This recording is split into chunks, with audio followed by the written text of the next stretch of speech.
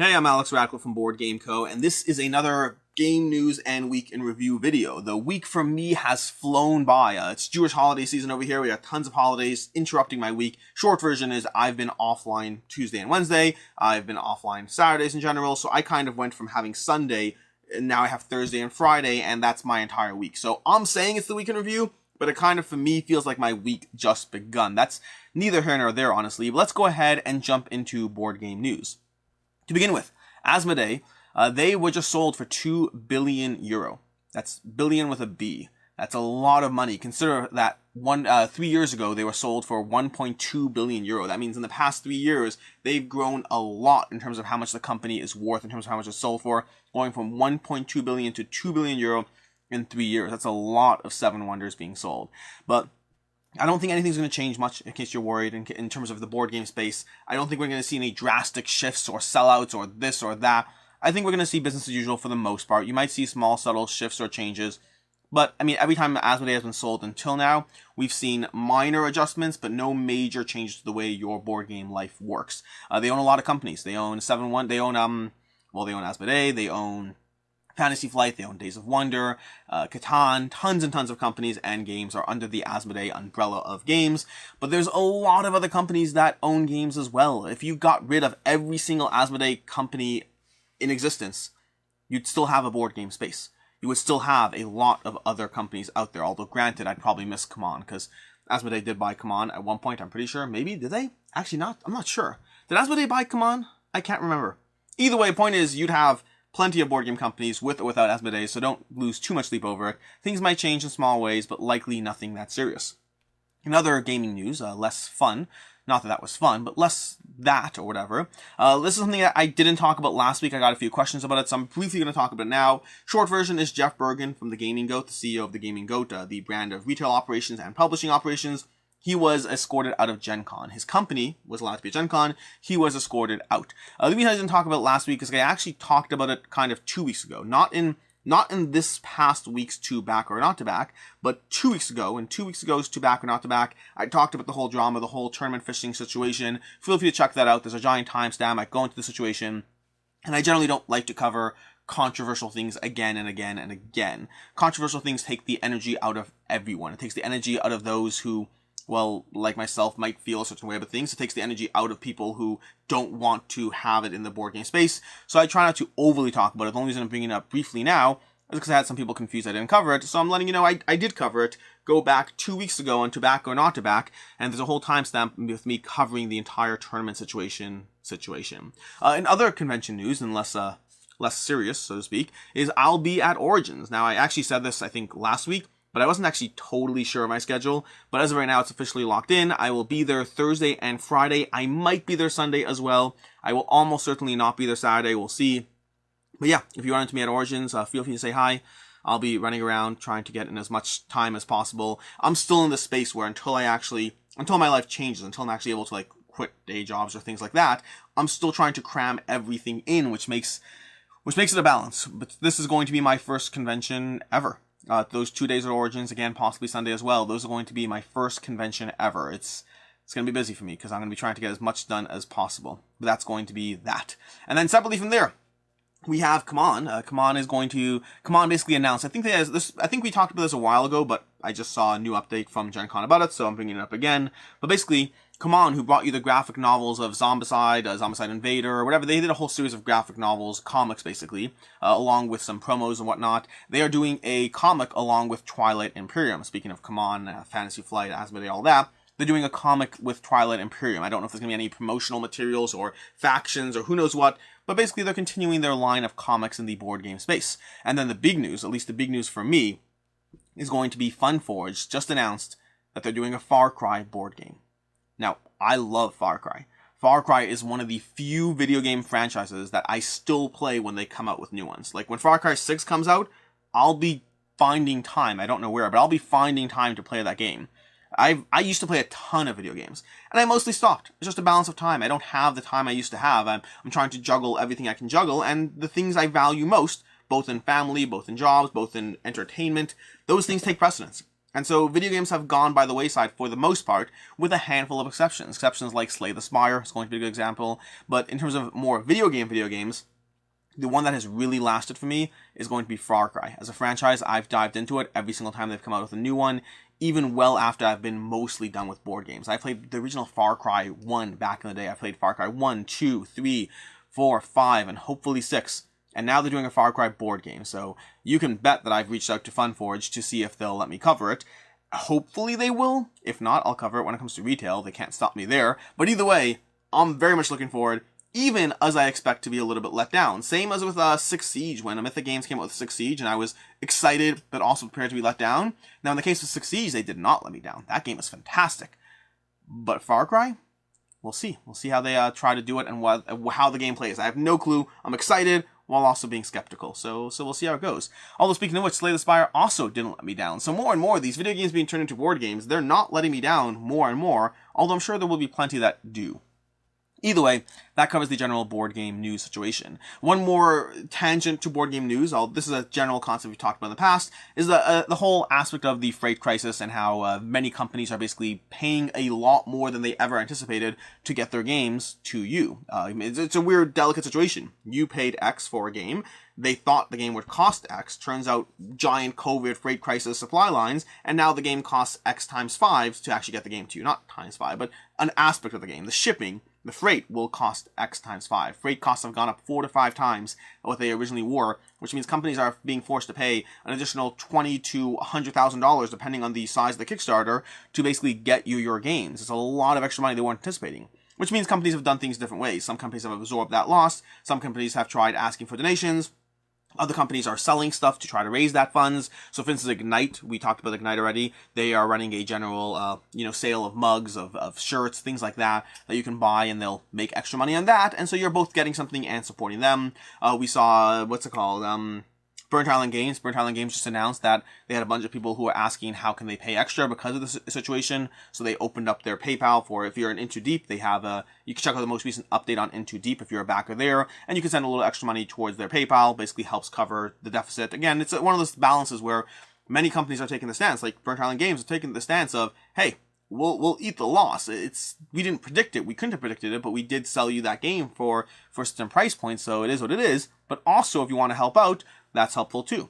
We have Wonderland's War. Wonderland's War from, I always forget their name because they have two names. They have Skybound Games and Druid City Games. That's what it was. But Wonderland's War, they basically took the stance of they're selling a line of promo cards. So if you back Wonderland's War and you want a set of promo cards, it'll cost you like $15 for something that normally in the past might have cost you $5 to $7. But that extra money is going towards helping them cover the deficit. So again, there's different ways of balancing it. But if you wanted those Wonderland's War promo cards, or if you want to support Into Deep or Ignite or any of these companies, there'll be links to that down below. And that covers all of the board game news. But not really, because now we have the Gamefound news. The Gamefound news is going to be all the upcoming Gamefound campaigns. So this is something that Gamefound has done once before, where they released a list of 6 or 7 campaigns that were coming up in the next few months, and they've done it again. Although now that I think about it, at least one of those games they released last time did not actually come out yet, which is the Skyrim game. The Skyrim game they talked about still hasn't come out. Neither has Gaijin for that matter. So some of the games from the last list, nor has Lords of Ragnarok. So some of the games are still not coming out. But in the meantime, while we wait for those, we have a new list of games that are going to be coming out on Gamefound. The biggest of which, for myself at least, and also because there's 11,000 people following it and it was announced 2 days ago, is going to be Too Many Bones Unbreakable. Too Many Bones. One of my favorite games, a game I need to play more. Basically, this Too Many Bones Unbreakable is going to be a new standalone game in the line. Similar to the way Undertow was a standalone game, they're bringing you Unbreakable, and yes, it will fit into the Trove chest, although it might require some configuration stuff going on, but it will completely fit into the Trove chest, and they said this is going to be the close of the Too Many Bones line.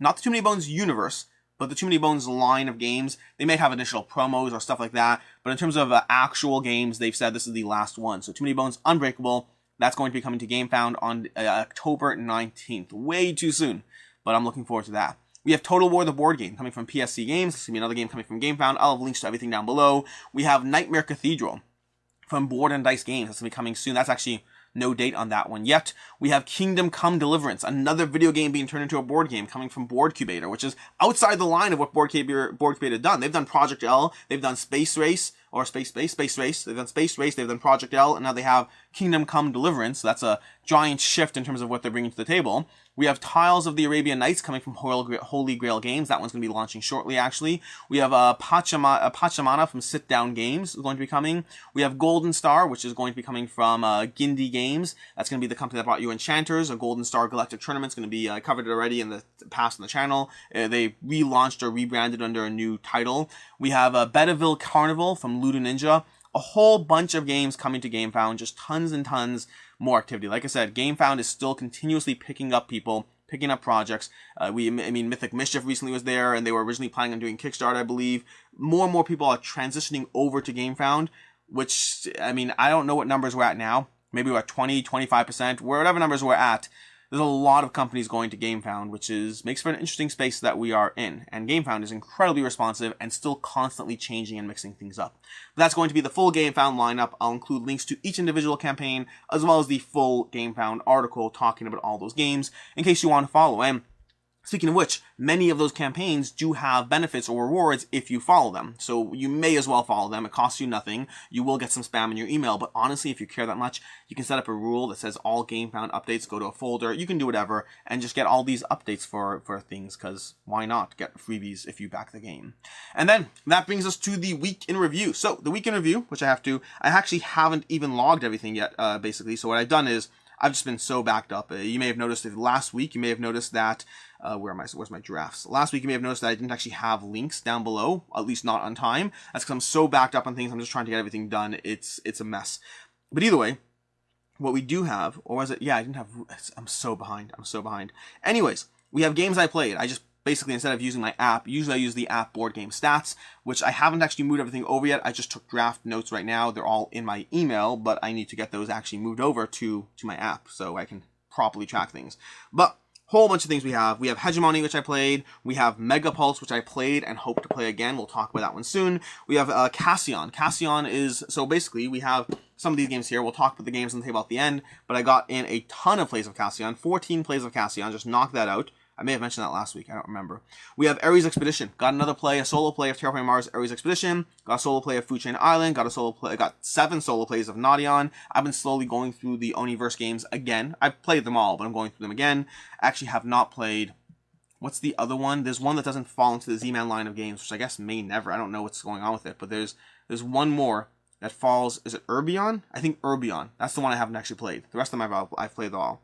We have Wreck Raiders. I got a play of Wreck Raiders in, as well as Power Plants, both from the KTBG line of games. Wreck Raiders already out. Power Plants is an upcoming Kickstarter, October 26th. We have Cascadia. So Cascadia and Calico are games that I am continuously still tabling again and again and again. I already reviewed them, I already covered them, and they just keep being easy, accessible games. Played Cascadia. I like Cascadia a lot. It grows on me every time I played it. Got another play of Wreck Raiders. Got 3 plays of Arabian in. We got Skull. I haven't played Skull in a bit. Cockroach Poker has kind of replaced Skull as my go-to bluffing game for when I have 20 minutes. But I got a play of Skull in. Still fun. Cockroach Poker I like more, but it has more nuance to it once you start playing it. I got another play of Mega Pulse, which it's still on the table because I still want to play it. We got Mega Pulse. Calico. Another play of Calico. Calico is consistently good. But the one that I like more every time I play it is Cascadia. That's the one that grows on me every time. Like when I play Calico, I'm like, that's another good game of Calico. When I play Cascadia, I'm like, I want to play it again. I really like Cascadia. It might rise. All of them are 4s. Verdant, Cascadia, and Calico are all 4s. But one of them, the one that might rise is Cascadia. Calico is almost certainly steady at a 4. And Verdant, I need to see the final game. That's the only one that I could see dropping, but I think it still would be a 4. I think it's still a solid 4. Then we have Calico again. Arion again, Cascadia again, and Power Plants again. Just got a lot of repeat plays. That's everything I played this past week. A whole bunch of games. Some for, well, upcoming reviews like Power Plants and Mega Pulse. Others just because I want to play games. Also, I read a ton of rulebooks. I got a lot of rulebooks done, which is nice because when it comes to playing games, and there's reading rulebooks, there's playing games, there's covering games, there's filming games, there's editing the reviews. There's tons of different steps in the process to actually getting coverage of a game. But the first step is generally reading a rulebook. Then you have to play the game multiple times ideally. Then you have to, script the high notes of the review. Then you have to film the review. Then you have to edit the review. Then you have to timestamp the review. Then you have to load the thumbnail and all the other things about the video. There's a lot of steps, but it all starts with the rulebook. And I got a lot of rulebooks done this past weekend. And with that, let's go into the week in review, the actual videos that came up this past week, all the stuff like that. So, starting off this past Saturday, we had Quests and Cannons, which is a current Kickstarter available. You can back that right now. I'll throw a link to that down below, but I'll throw a link to my video, which will have a link to the Kickstarter. But Quests and Cannons is going to be from Short Hop Games, I believe, Eric and Shannon Geller. It's basically introducing a sandboxy adventure game where you can, you deliver goods, you can fight other pirates, you can accomplish quests, all while basically being, the way I put it, I give them a testimonial, which is basically if you want the sandboxy of Merchants and Marauders and the accessibility of Catan, that's Quests and Cannons, which puts it in a weird space because that testimonial is very accurate. For myself, it does fall to be a little lighter than what I'm personally looking for, the same way Catan is a little lighter than what I'm looking for. For me, Quests and Cannons is a game that, in its current state, is a solid game, happy to play it, not one I would currently back or keep in my collection, but one that I enjoyed playing. Versus, I'm going to be keeping an eye on the Kickstarter, because if they have expansion content, that could push me over the edge. Depending on what they add to the game, that might take it from being a great game I'm happy to play, to one I want to own. That's where it is for me. But right now, as of right now, solid game. I give it a 3 out of 5. I really enjoy it. I think it has an audience. That audience may not be me, at least unless it gets a little heavier, a little deeper. Then we have Furnace.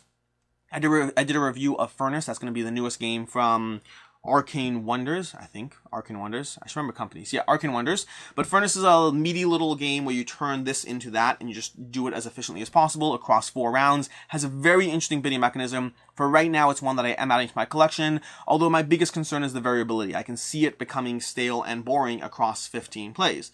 Or not. I don't know. I'll have to play it 15 times. As of right now, I've played it like 4 or 5 times. Really enjoy it, but it's the same game every single time. So I really want an expansion that adds some sort of variability to the mix, the same way Seven Wonders Leaders mixed up Seven Wonders a lot. I would love Furnace factories, Furnace machines, in some way that mixes up the Furnace experience. That can make it a lot of fun to me. Like some sort of way of drafting, special machines at the beginning of each round. I could see it being a lot of fun. As of right now, I really enjoy it. I gave it a 4 or 5. It is being added to my collection, but expansions and continuous plays will determine where it actually lies long term. On Sunday, I did another video with the Ivy Games crowd, basically Mythic Mischief. And it was about a video about what makes an abstract game. It was a conversation about what lends itself to making a game an abstract game, and just what factors go into it. Is it the perfect information? Is it a grid? Is it a 2-player head-to-head? Is it the feeling of a battle of wits? A whole bunch of things we went into, trying to find commonalities, exclusions, and trying to define whether Mythic Mischief is or isn't an abstract. Interesting conversation, in my opinion. Interesting comment section, but I enjoyed that video. That's going to be Sunday.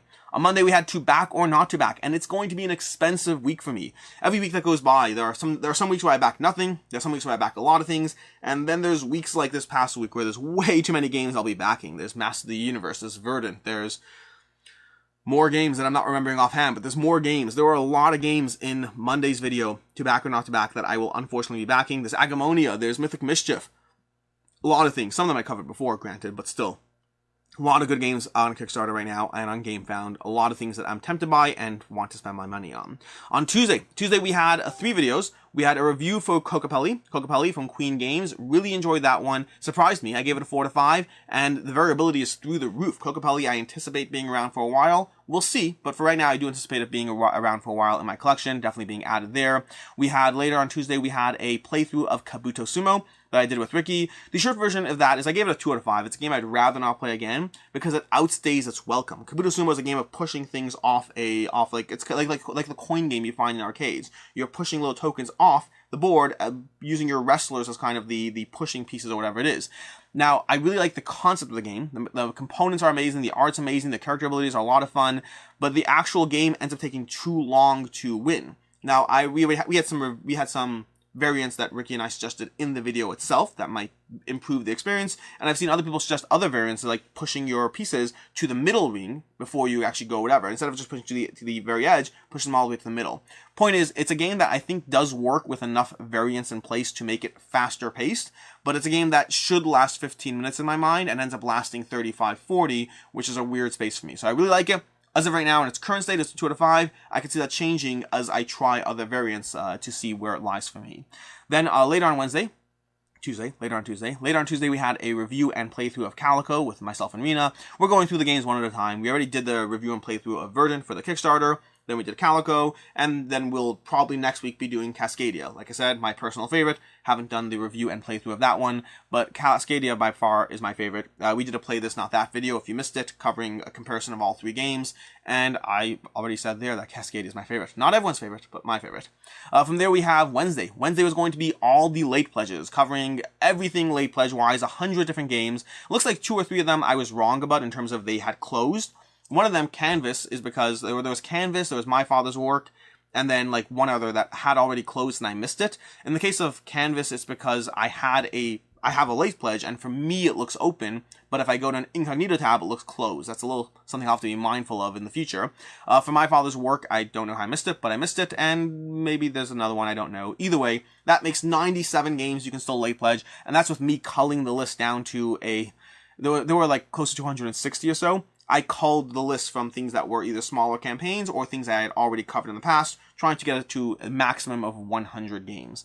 So yeah, a lot of games you can still late pledge. I do not recommend that video if you successfully passed on stuff and you don't need to know what you're missing. Then just walk away now. You don't need to check out the video. On Thursday I did a studio tour. So this setup that you're looking at, this camera situation, if you want to see the basement, basically, the studio basement from a different angle, from me just showing you the whole space and all that, I did a little studio tour where I just took the camera, pointed at different areas, I showed the zooming in out of this shot so you can see what it actually looks like with all the stuff in view, basically. But yeah, if you want to get a little bit of a 15-20 minute behind the scenes tour of what goes on in this space, then that was Thursday's video. And then Friday was the latest iteration of Do You Need It? Do You Need It is a series I do once a month where I go over all the games I reviewed and some of the games I've played, trying to be as critical as possible in terms of, do you need that game in your collection? Does it do something new?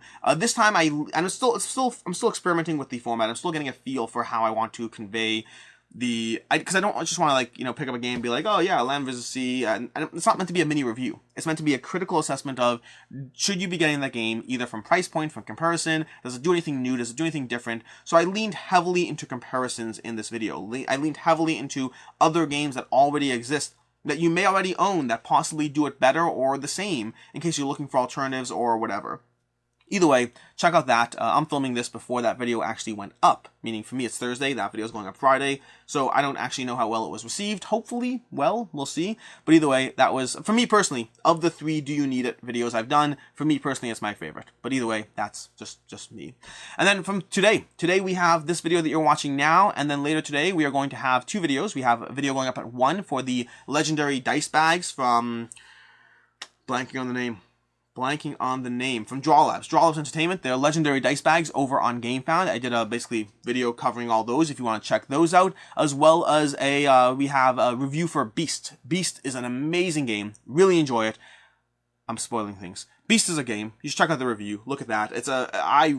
I really enjoy Beast. I'll just say that. You can check out the review going up on Saturday today at 4 o'clock. And then next week we'll have a whole bunch of things as usual. Half of them filmed, half of them not yet filmed. We'll have we're not going to have a 2 back or not to back this week because there's not enough new stuff. What I will be having, hopefully, probably, if my plans stay the same, is I'll be doing a comparison of Gamefound versus Kickstarter, not as a platform, but as campaigns that have been run on both from the same companies. Comparing, we have Kingdom Rush on Kickstarter, then Kingdom Rush on Gamefound. Rinse and repeat for all the companies that I know of that have done both a Gamefound and a Kickstarter campaign. So I'll be doing a lot of comparing and contrasting, just seeing takeaways or hypotheses or whatnot. But if you want to check that out, I think it's an interesting video. We'll find out. And then that's basically, and then also on Sunday I'll probably have a video for why I go all in on Kickstarter campaigns. And the premise being that you shouldn't go all in, and then why I do, what the reasoning and logic is. I've been talking about that video for a while. Haven't actually gotten around to filming it. In fact, I still haven't filmed it. I'll be filming it after I do this video. I'll be wearing the same shirt. You can check. But either way, that is going to be the why I go all in. That should be going up on Sunday if my plans, stay true. And then lastly, the games on the table. The games on the table are going to be as follows. These are all the games in general. These are the games I hope to table this next week. As usual, I usually have like a 50% success rate in terms of what I think will get played and what does get played. We have Land vs. Sea. This is going to be the newest game from Good Games Publishing, from Funfair or Unfair or a whole bunch of other games. I hope to play this one. Looks light and fun. I always tend to enjoy tile games. How much I enjoy them is usually the question, but I tend to enjoy the tile-laying format of games. We have Megapulse, which I have already played, but I'll be playing this with Jesse and Shira because I know they're doing a gameplay of They're doing a gameplay video for the channel, I believe. I think we'll see. But either way, I've already played this a bunch of times. I really enjoy it. It is a racing attacking game, which is going to be a genre that we've seen a bunch of times. We've seen it in Death Road's All-Stars. We've seen it in Tiny Turbo Cars. Meaning just this past year, this is the third iteration in 2021 of a fighting racing game. And I really, really like it. So we'll talk about it more, but I really like it. We have Ummm and Arabian. So basically, I've played through, with the exception of Arabian, I've played through the Oniverse series, and I never really got through everything. Meaning I've played all the games, but if you know about the series, they all have escalation and expansion. So they have the base, concept, and then they expand upon it or keep on improving it in ways that gets more intricate, more nuanced than what it's doing. I've played all 5 of the main core concepts, but the only one until that I had really gone all the way through was Cassian. Actually, I think Sylveon too. I think Sylveon and Cassian I've gone all the way through, versus Arion, Nadion, and Onirim, I haven't gone through fully. So I'm in the process of going through those fully to try to really flesh out all the 5 experiences, and both to see whether they should stay in my collection, because I hadn't played them in a long time, and also to really get a feel for them. And so far, I'm enjoying them all. Nadion is my least favorite right now, but still enjoyable enough to keep. Still going through all of them, still getting a feel for the various different modules and expansions and how they mix up the experience. And then lastly, we have Merlin, the deluxe big box from Queen Games. This is one of those games that I told you I read the rules for this past week. I got a lot of rules done. I read Smartphone, I read Merlin, I read Hands of Tonica. Hands of Tonica I've actually played already, but I jumped back into it. I read the rules for Pendulum finally. Lots of games that I'm trying to get actually out of my head onto the paper so I can start playing them. And Merlin is one that I hope to get tabled this past week. So this next week, not this past week, this next week. So we'll see how that goes. That is everything. That's going to be your game news, your week in review, your all that stuff, what I played, what's coming up, all those good things. Until next time, I am Alex Radcliffe from BoardGameCo. Enjoy your week, and as always, have a good one.